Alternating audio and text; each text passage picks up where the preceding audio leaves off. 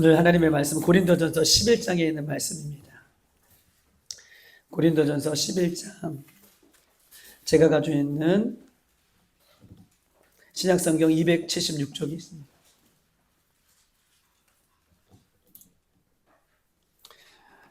(11장) 17절에서 20절까지인데 21절까지 한번 읽겠습니다. 우리 276쪽 고린도전서 11장 17절에서 21절까지 한 절씩 돌아가며 읽겠습니다. 내가 명하는 이 일에 너희를 칭찬하지 아니하니 이는 너희의 모임이 유익이 못되고 도리어 해로움이라.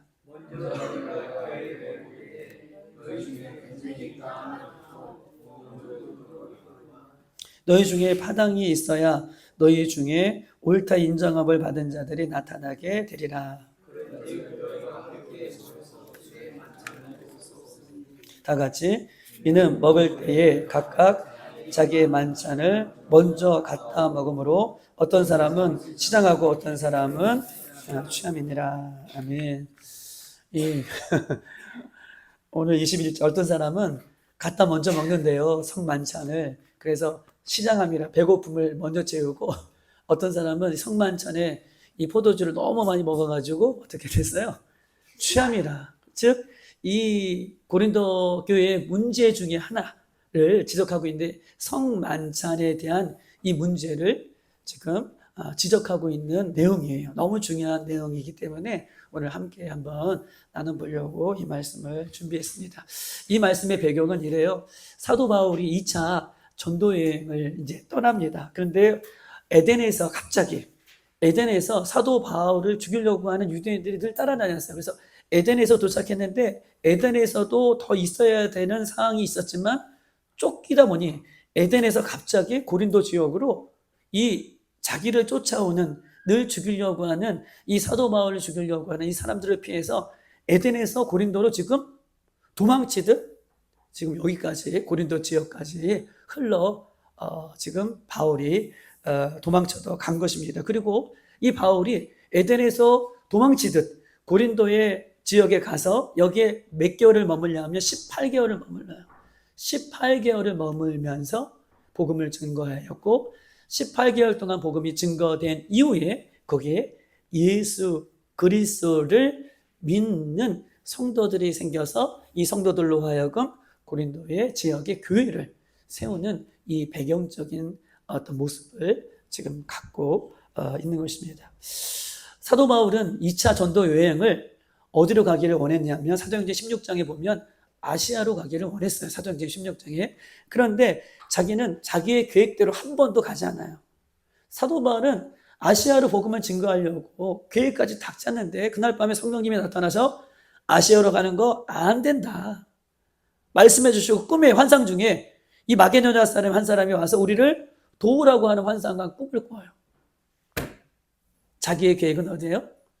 아시아로 가기를 원했는데. 여러분, 지금 예전에도 한번 말씀드렸지만 우리가 여행 가는 게 쉽지 않잖아요. 제주도 여행 간다고 해도 최소한 이틀, 3일은, 저 같은 울트라 A형은 일주일 내내 준비했다가 가긴 하는데 제주도 여행 가도 일주일 동안 준비를 저는 하거든요. 그런데 보세요. 아시아로 전도 여행을 떠난다. 그때는 차편이 있었겠습니까? 좋은 물자들이 있었겠어요? 여행을 떠난다는 것은 뭘 걸고 가는 거예요? 그렇죠. 생명을 걸고 가는 거예요. 바울을 죽이려고 하는 사람들이 있었기 때문에. 그런데 철저하게 아마 아시아로 가기 위해서 생명을 걸고 가야 되는 길이기 때문에 아마 기도로 여러 가지 준비했을 거예요. 그럼에도 불구하고 주의 성령은 아시아로 가는 것이 아니라 너는 하나님께서 인도하시는 이 유럽의 첫 섬, 이 마게도냐, 빌립보 성으로 올라가게 되는 그런 이 성령에 이끌려서 가게 되는 바울의 모습을 보게 되는 것입니다. 이 고린도에 바울이 갔다는 것은 유대인들이 쫓겨서 간 것 같지만 결국은 누구에 의해서? 그렇죠. 성령에 의해서 지금 바울이 고린도 지역까지 가게 된 것입니다. 사랑하는 여러분, 우리의 삶은요, 이래요. 예수 믿는 우리의 삶은 성령께서 여러분의 길을 이끌어 가실 때에, 성령께서 우리의 길을 이끌어 가실 때에 그것에 순종하며 따라가는 것이 믿음이고요. 성령에 이끌려서 갈 때에 그 길이요, 가장 안전한 길이에요. 아멘. 보세요. 바울이요, 자기의 계획으로 아마 아시아로 갔으면, 모르죠. 자기의 계획으로 아시아로 갔으면 어떤 일이 어떻게 벌어질지 몰라요.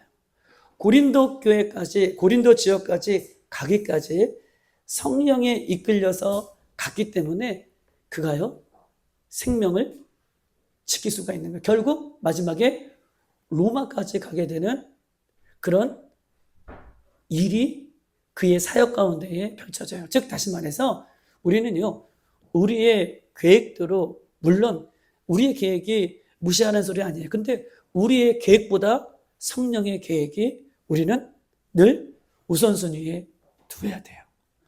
성령께서 원하시는 그 길에 순종해 가면 성령께서 우리를 책임져 주십니다. 그 길이 가장 안전한 길이고 그 길이 지름길이에요. 생명의 길이에요. 할렐루야. 그런데 성령께서 우리를 이 길로 가기를 원하시는데 거기에 불순종하여 내가 원하는 대로 가게 되면 그 길은 어떻게 해요?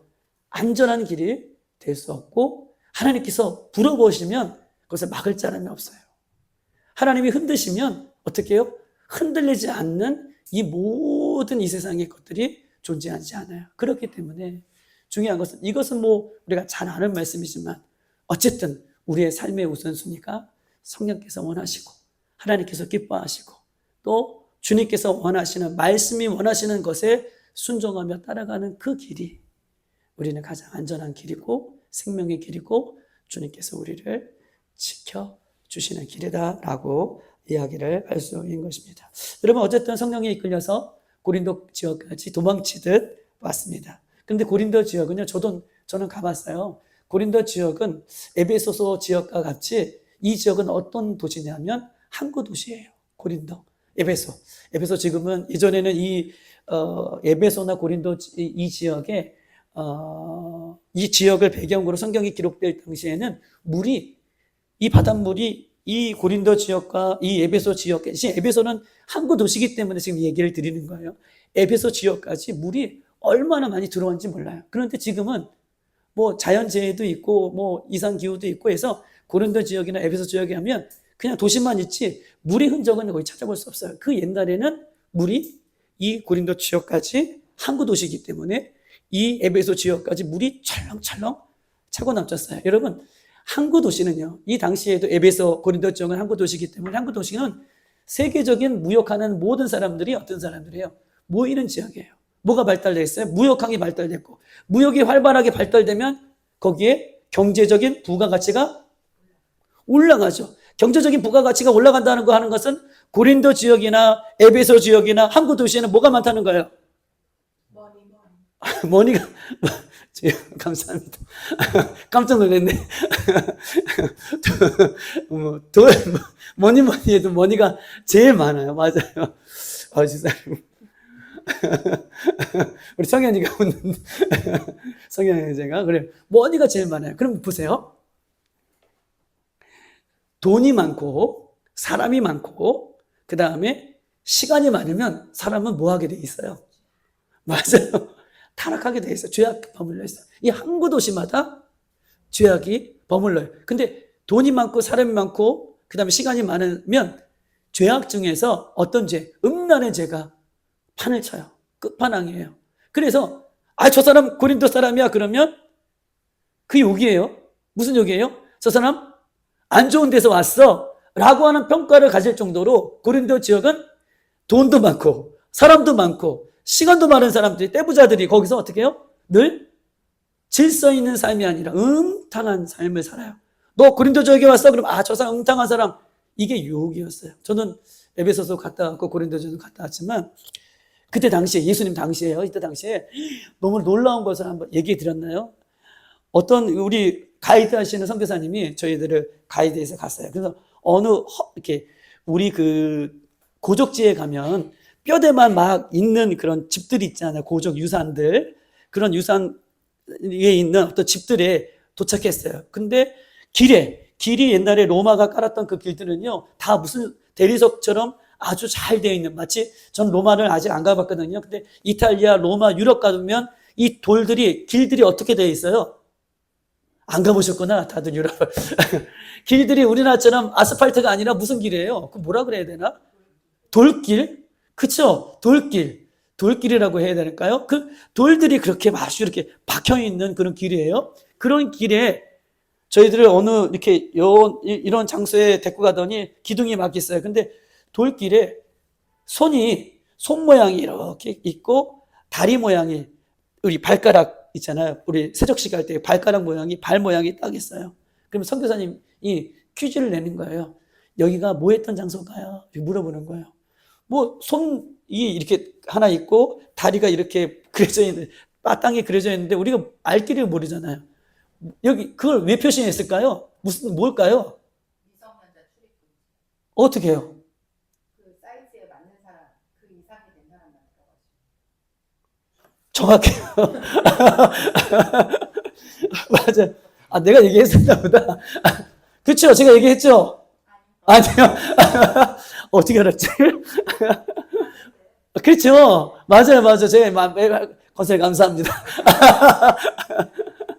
맞아요. 정확하게 우리 회장님이 말씀하셨던 것처럼 사이즈예요.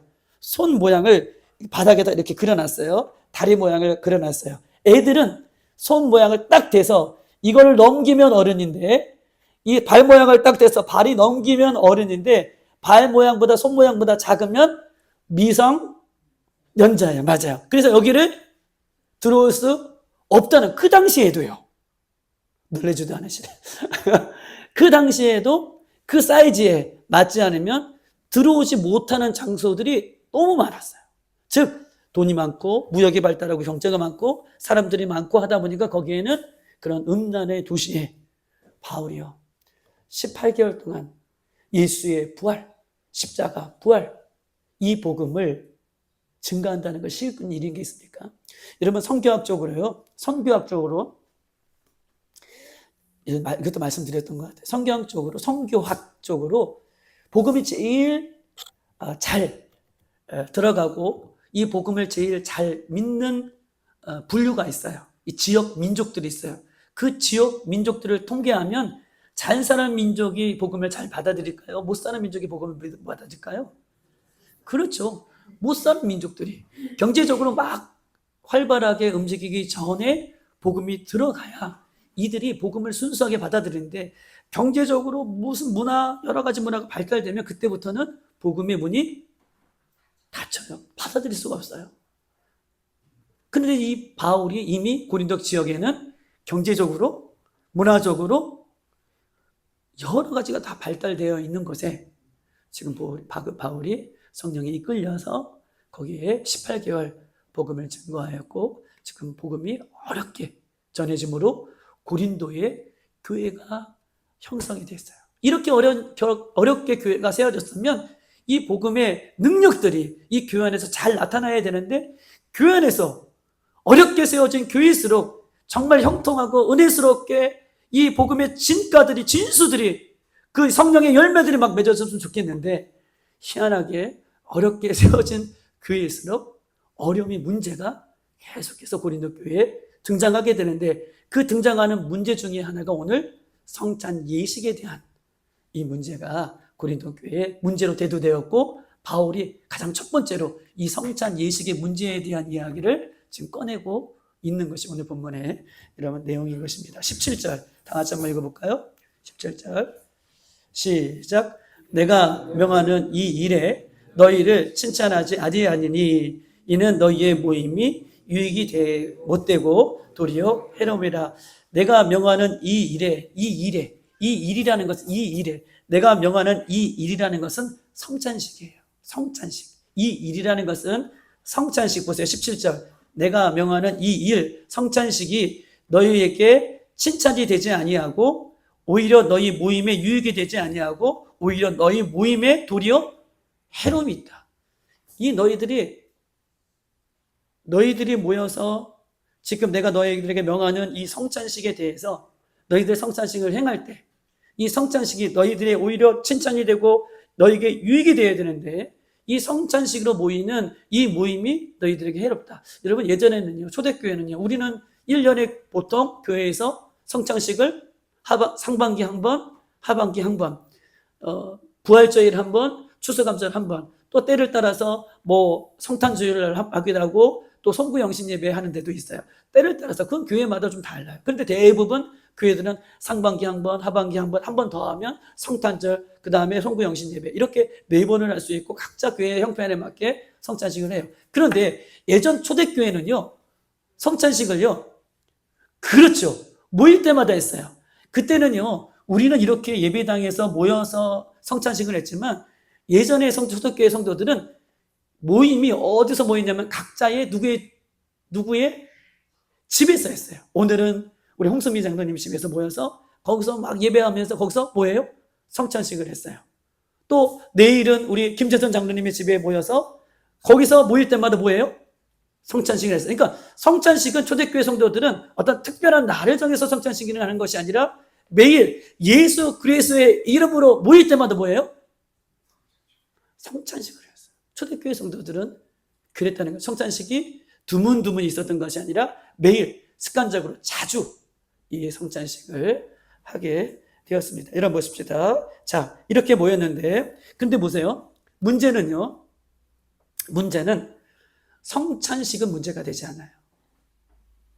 성찬식은 문제가 되지 않는데 성찬에 참여한 누가 문제인 거예요? 사람이 문제예요. 성찬 예식은 문제가 아니에요.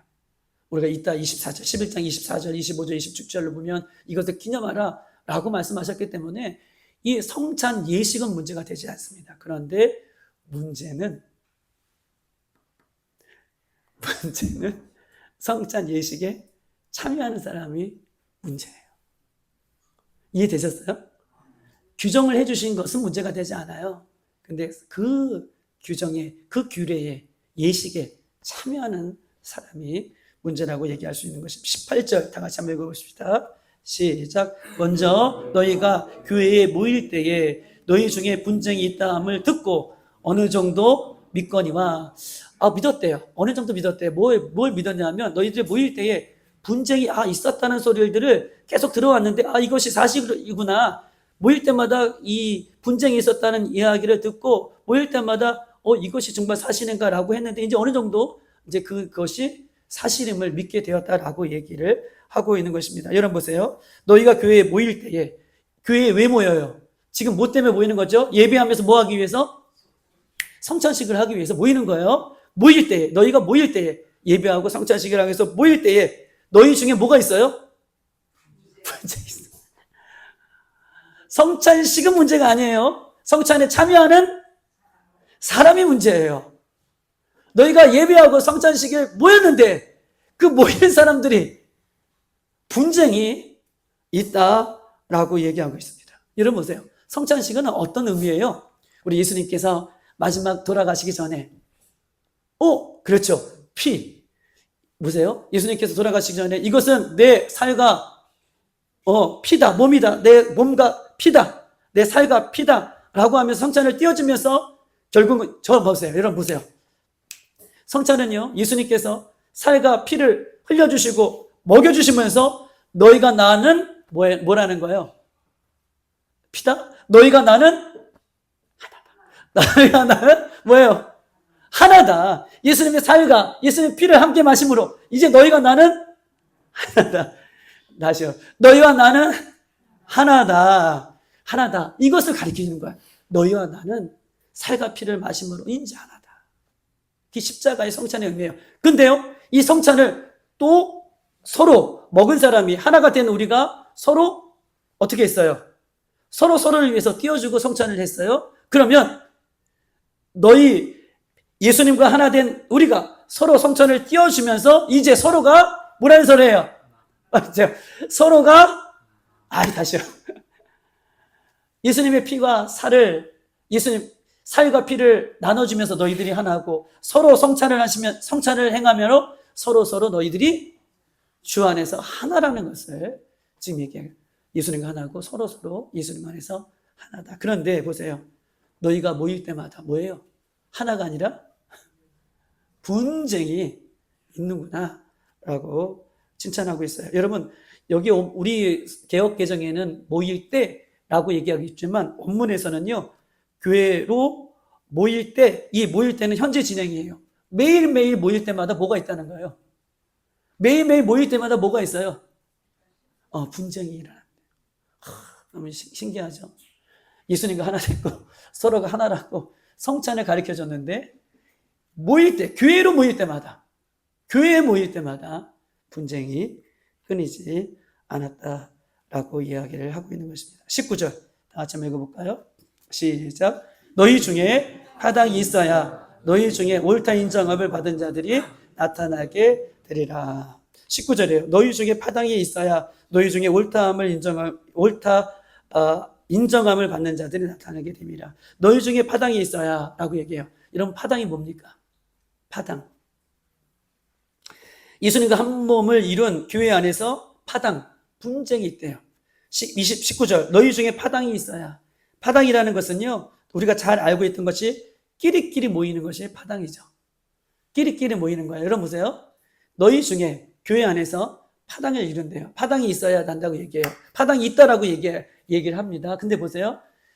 이 고린도 교회 성도들이 교회 밖에서 파당을 이뤄요? 교회 안에서 파당을 이뤄요? 교회 안에서 파당을 이뤄요. 19절, 너희 중에 파당이 있어야 너희 중에 옳다 인정을 받다라고 얘기하면서 18절에도 너희가 교회에 모일 때마다, 교회로 모일 때마다 교회 안에서 뭐가 생긴다는 거예요? 파당이 있다는 거예요. 교회 밖에 파당이 있는 것이 아니라 교회로 모일 때마다 너희 안에서 파당이 자꾸 생긴다라고 이 문제를 지적하고 있어요. 끼리끼리 모인다는 거예요. 교회 밖에서가 아니라 교회 안에서. 제가 중국에 살아갈 때, 중국에서 사역할 때 이런 일이 있었어요. 제가 2008년도에 연태라고 하는 지역에 사역을 시작했고, 그 다음에 2012년, 13년, 12년 정도 돼서 제가 다른 지역으로 넘어와요. 그리고 2013년인가 12년 말에 1조라고 하는 곳에서, 지금 성도들이 있는 곳에서 개척을 해요. 개척을 하고 있다 보니까 하나님의 은혜 가운데에 개척이 잘 됐어요. 그러다 보니 이제 교회가 가정에서 들이다가 30명이 넘어가니까 이제 가정에서 도저히 모일 수 있는 상황이 되지 않은 거예요. 그래서 교회에 건물을 얻어서 한 2만 체원점에 한 2만 했나요? 그렇죠. 이렇게 이만한 건물을 얻어서 이제 예배가 건물에서 시작이 돼요. 그러면서 이제 우리 체원점에도 오고, 그 다음에 여러 사람들도 오고 막 이제 오기 시작했어요. 그런데 그 중에서 어떤 분이 있었어요. 대부분 중국이나 외국이나 해외로 근무를 오시는 분들은 대충 짧게 오지 않아요. 중국이나 해외로 파송돼서 일자리를 얻어서 오시는 분들은 최소한, 기업인들이 오잖아요. 기업인들이 오면 최소한 예전에는 2년, 그 다음에 플러스 2년, 4년 동안 있을 수 있고, 거기에 연장하면 1년씩 더 있어요. 왜냐하면 아이들도 같이 오기 때문에, 아이들 교육 때문에 그렇게 2년 플러스 2년하고 1년씩 연장을 해줬거든요. 대부분 이렇게 들어와요. 근데 2012년, 13년 넘어가면서는 이제 환경이 좀 바뀌어요. 그래서 최장, 주재원으로 들어오는 분들은 최장이 2년이에요. 그래도 보통 2년은 있게 되는 거죠. 그리고 대부분 그 전으로는 잘 안 들어와요. 그냥 단기 출장자로 6개월 이렇게 들어온다고요. 근데 제가 아는 분이 같이 사역을 하다가 들어왔는데 아주 오너로 들어오신 거예요. 그래서 그분은 4년도 본인이 하고 싶은 대로 할 수 있는 조건이 되었어요. 그 중국의 사업장의 오너로 파견이 되어서 들어왔어요. 그런데 어떤 분이 그분이 먼저 남편분이 들어왔고, 그 다음에 와이프분이 조금 늦게 들어왔어요. 한 6개월 이후에, 1년 이후에 다 남편이 자리 잡은 다음에, 남편은 그래요. 와이프를 모실 때에 항상 자리를 다 잡고 다 마련한 다음에 공주 같은 와이프를 다 모시더라고요. 그래서 어쨌든 1년 동안 그 공주 같은 와이프를 모시기 위해 다 준비한 다음에 와이프가 왔어요. 집사님이 왔어요. 그런데 그 집사님이 맨 처음에는 교회 생활을 잘 하시다가, 여자 집사님이 하시다가 갑자기 어떤 일이 있었는지 교회의 질서에 순종하며 따라가지 않는 거예요. 심지어는 교회가 우리 수요일날 같은 경우에는 저녁때 예배가 없으니 수요일날은 오전에 예배를 드리거든요. 금요일날도 뭐 오전에, 그 다음에 기도 모임, 이런 큐티 모임, 기도 모임, 이런 모임들이 다 밤에는 어려워요. 신부가 막 들어가기 때문에. 그래서 이렇게 할 때에 이런 모임들이 주기적으로 이렇게 연결되어서 있잖아요. 그런데 어느 분이 오시더니 교회 질서에 순응하고 따라가는 것이 아니라 오히려 교회에 모임이 있을 때에 수요예배 있으면 수요예배 오셔야 되잖아요. 기도회가 있으면 기도회에 오셔야 되잖아요. 그렇죠? 그런데 그 시간대에 저희 그때 중국의 지역의 특징은 기존에 있는 성도님들이 오신 것이 아니라 중국에서 복음을 듣고 저희들에게 복음을 듣고 예수 믿는 초짜라고 하면 좀 그렇나요? 그러니까 진짜 처음 예수 믿는 사람들이 많이 있으셨어요. 연약한 분들이잖아요. 그분들이 진짜 소중한 분들이잖아요. 그런데 교회 예배 시간이나 혹은 교회 모임 시간이나 기도 모임 시간에 본인 집에서 맛있는 걸 해가지고 어떻게 해요? 그분들에게 처음 신앙을 갖는 사람들에게 대접해 주시는 거예요. 처음 신앙을 갖는 사람들은 예배하는 게 좋아요? 맛있는 거 먹으러 가는 게 좋아요? 어떻게 그렇게 잘 알아요? 그런데 그걸 언제 하느냐? 언제 해요? 맞아요. 예배 시간에, 모임 시간에 그렇게 하더라고요. 그게 너무 속상했어요. 몇 번 얘기했어요. 근데 그게 자꾸 안 지켜주고 오히려 교회 모임은 예를 들어서 진짜로 5명 나오는데 거기 식사 모임은 거기에 모임은 몇 명이 가는 거예요? 10명. 몇 명씩 더 많이 가게 돼서 너무 힘들었어요. 그것 때문에. 왜냐하면 중국은 그래도 제가 더 많이 알잖아요. 중국은 해야 할 것이 있고 하지 말아야 할 것이 있어요. 한국의 시스템을 가지고 와서 해도 안 되고 중국은 중국 나름대로의 어떤 위험한 요소들이 있기 때문에 그것들을 할 수도 없고 해서도 안 되고 또 지켜야 할 선들이 있어요. 그런데 한국에 오셔서 그 일들을 해 나가시는 거예요. 너무 힘들었어요. 그런데 보세요. 그분이 6개월, 1년 못 채워서 그 집이 그분도 오너로 들어왔는데 보통 4년 이상 있어야 되는데 그 가정이 1년 못 되어서 그 여자분이 들어와서 1년 못 되어서 다시 한국으로 철수가 돼요. 이렇게 정리해 주시더라고요. 그러니까 그분이 이상하던 게 아니라 이런 파당적인 모임들이 고린도 교회 안에서도 어떻게 해요? 교회 안에서 계속해서 있었다는 것을 이야기를 하고 있는 것입니다. 여러분 보세요. 19절 중요한 것이 있어요. 너희 중에 파당이 있어야 너희 중에 옳다 인정함을 받는 자들이 나타나게 되리라. 파당이 생겨요. 파당이 생기는 이유가 뭘까요? 파당이 생기는 이유는요. 항상 내가 옳다라고 인정함을 받기 위해서 파당이 생기는 거예요.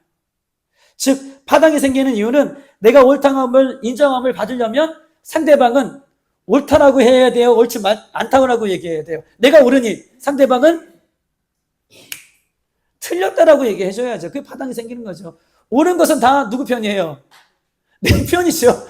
내가 옳고 너도 옳다 그러면 지금 다 같은 편이에요. 그러면 하나가 되는 거죠. 그렇죠? 파당은 왜 생겨난 것이냐? 옳다함을 인정함을 받으려고 하는다. 즉 내가 옳고 너희들은 맞아요. 이게 중요해요. 우리는 성찬식을 하는 의미는 예수님과 하나가 됐어요. 서로가 예수님 안에서 하나가 됐다는 것을 얘기하는데 파당이 생기는 이유는 옳다함이 이 문제예요. 나는 옳고 너는 그러다 라고 하는 문제로 인하여 고린도 교회에 자꾸 파당이 서로 갈라지는 선을 긋는 여러분 그런 일들이 생긴 것입니다. 여러분 보세요. 우리는요 선악을 알게 하는 존재는 누구예요? 하나님이죠. 하나님만이 오직 선과 악을 구별하시는 참된 하나님이세요. 근데 파당이 생김으로 내가 옳고 너희들은 그러다 라고 하는 문제들은 내가 누구의 위치에 올라가는 거예요? 그렇죠. 하나님의 위치에 올라가는 죄를 짓게 되는 거예요. 이것이 고린도 교회 안에서 계속해서 문제가 되는 거예요. 여러분 보십시다. 교회 안에 내가 옳다고 인정하는 사람들은 항상 내 편이고 내가 볼 때 나는 달라, 너랑 나랑 달라 라고 하는 것은 너 편이 돼요. 이런 것이 고린도 교회의 문제가 자꾸 되는 것입니다. 사랑하는 여러분 보세요. 여기서 중요한 교훈 하나를 얘기하고 마칠게요. 여러분 보십시다. 십자가에서 모든 인간은 십자가에서 십자가가 우리에게 뭘 가르치고 있나요? 십자가에서 십자가를 믿는 우리들은 십자가가 우리 인간들에게 무엇을 가르치고 있는 거예요? 무엇을 가르치고 있는 거냐고요. 십자가를 믿는 우리들은 그 십자가가 우리들에게 무엇을 이야기하고 있는 거냐고요. 여러분 보십시다. 인간은요, 십자가가 우리에게 가르치는 것은 인간은 너도 틀렸고 나도 틀렸고 오직 그렇죠. 십자가에 달리신 예수님만이 맞아요. 그 십자가가 우리에게 알려주는 거예요. 여러분 십자가는요, 너도 가짜고 나도 가짜고 오직 십자가에 달리신 예수님만이 진짜라는 것을 가르쳐주는 거예요. 죄인들은요, 옳고 그름이요, 주님 보시기에요, 너무나 부끄러운 모습이에요. 십자가를 믿는 우리의 신앙은 십자가 앞에서 너도 죄인이고 나도 죄인이고 너도 가짜고 나도 가짜고 오직 십자가에 예수님만이 진짜라는 것을 우리에게 알려주고 있는 것입니다. 사랑하는 여러분, 죄인된 인간이요, 십자가 앞에서 누가 옳고 누가 틀렸다고 절대 말할 수 없어요. 이유는 오직 예수님만이 진짜이기 때문인 것입니다. 그러므로 우리는 십자가 예수님 앞에 옳고 그름을 따지는 것이 아니라 서로 인정하고 받아주는 그런 역할들을 해야 되는 것이 우리의 본분이다라고 이야기할 수 있는 것입니다. 사랑하는 여러분, 남편이 아내를, 그리고 아내가 남편을 서로 인정하고 부부가 자녀를, 그 다음에 목회자가 성도를, 성도가 목회자를 인정해 주는 것이 고린도 교회의 성도들이 회복해야 할 문제라는 것을 이야기하고 있는 것이에요. 한 가지만 더요. 여러분, 당을 지었다, 당파가 생겼다, 모였다. 여러분, 당파라는 뜻이 뭘까요?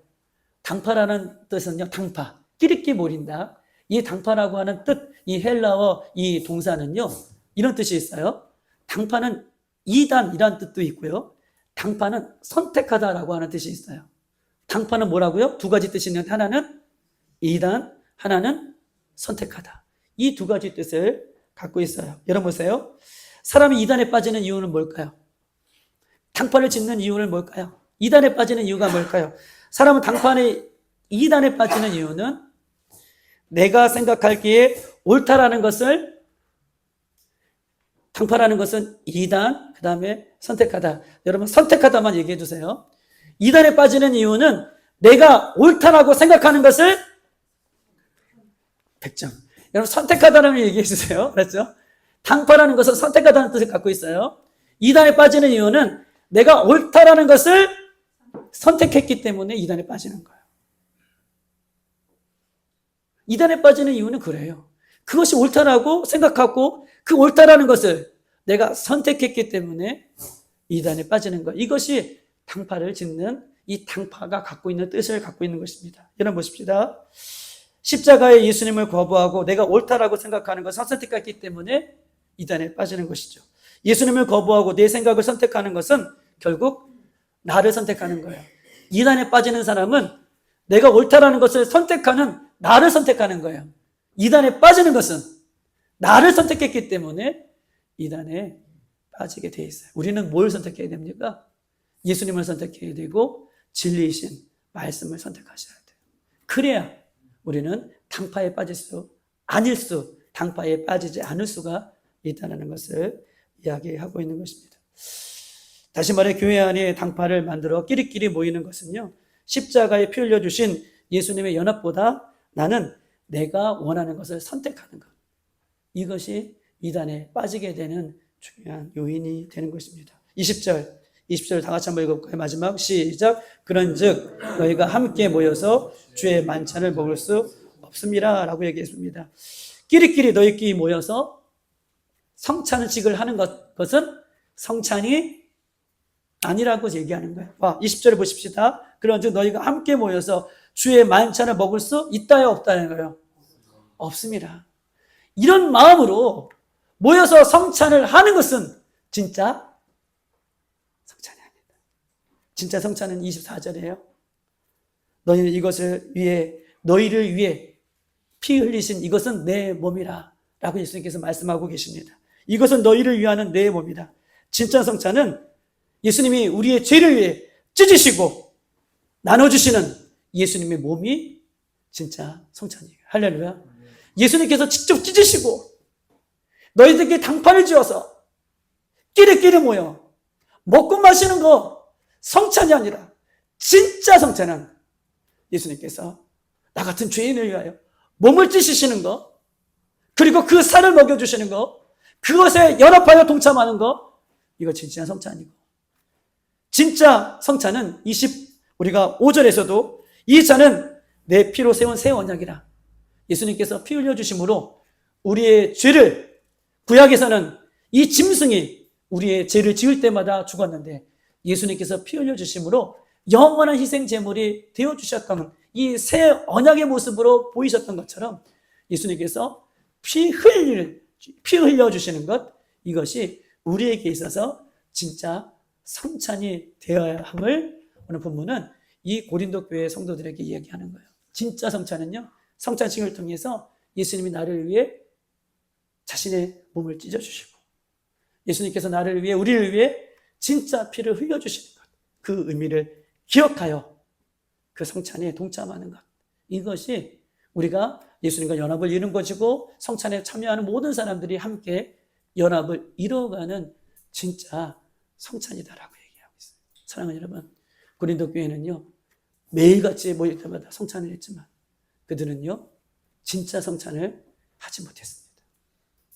끼리끼리 모여 당을 짓고 좋아하는 사람들끼리 모여 성찬에 참여하여서 이것이 성찬이라고 그렇게들 여기며 살아갔던 그 모습을 바울이, 야, 고린도 교회, 이 교회가 어떻게 세워졌는데, 우리 교회처럼 어떻게 어려움 중에 이 교회가 세워졌는데 너희들이 이렇게 성찬을 참여할 수 있느냐라고 지금 분개를 하고 있는 것입니다. 사랑하는 여러분, 우리는 예수님 안에 성찬을 통해서 한 몸을 이뤄가는 하나님의 백성인 줄 믿습니다. 예수님께서 피 흘려 주셔서 예수님과 한 몸을 이뤄가는 하나님의 백성이 된 줄 믿습니다. 그렇다면 이제 우리가 하셔야 돼요. 서로 용납하며 사랑하며 예수님 안에서 하나 되길 위해서 이 한 주간도 그렇게 살아갈 수 있는 그 성찬이 어느 특정한 장소에서만 행해지는 그런 성찬의 의미가 아니라 여러분 삶 가운데 매일같이 하나 되고 연합되고 하나 되고 연합되는 그런 성찬의 의미들이 날마다 여러분 가정 안에서, 여러분 회사 안에서, 그렇게 모든 관계 안에서 이루어지시기를 주님의 이름으로 축복합니다. 이 시간 다 같이 한번 기도하도록 하겠습니다.